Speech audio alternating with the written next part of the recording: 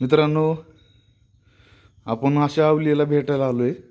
या ठिकाणी हे आमच्या घरीच राहतात. जातीवंत कलाकार सुतार पंडित मिस्त्री यांचे वडील मोठे मल्ल होते, वस्ताद होते.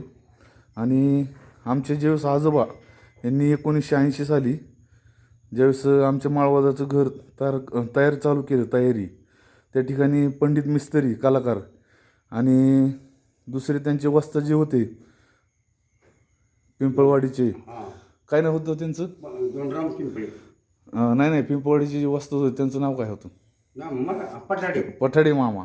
या दोघांनी आमचं माळवादाचं घर तयार केलं होतं. आमच्या आजोबांनी 1980 साली ते बांधलं होतं.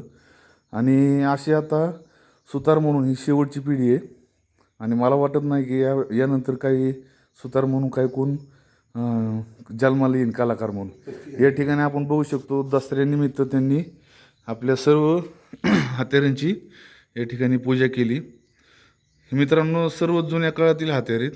या ठिकाणी आपण त्यांना विचारू की या प्रत्येक हत्यारांचं नाव काय.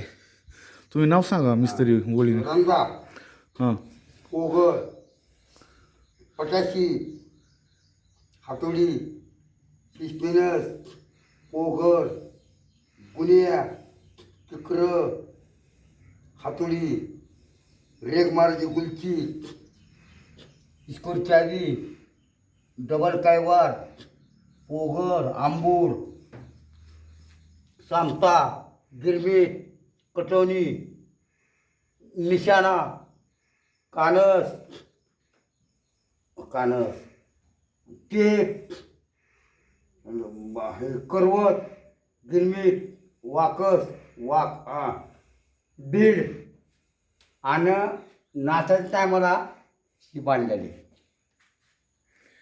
25 हातेरी. या ठिकाणी मिस्त्री येतं. गावात प्रत्येकाशी आपुलकीनं प्रेमाने वागतात. त्यांना गावात सगळेजण पंडित मामून हाक मारतात.